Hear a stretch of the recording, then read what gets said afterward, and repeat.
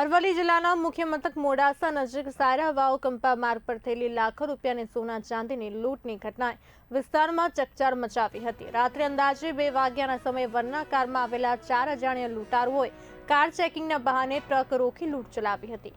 માહિતી મુજબ અમદાવાદથી પરચુરણ સામાન ભરેલી ટ્રક રેલાવાડા ખાલી કરીને ડુંગરપુર જવા નીકળી હતી। આ દરમિયાન લૂંટારુઓએ ટ્રકને આંતરી ડ્રાઈવર સીટ નીચે મૂકેલા થેલામાંથી સોના અને ચાંદી લૂંટી લીધી।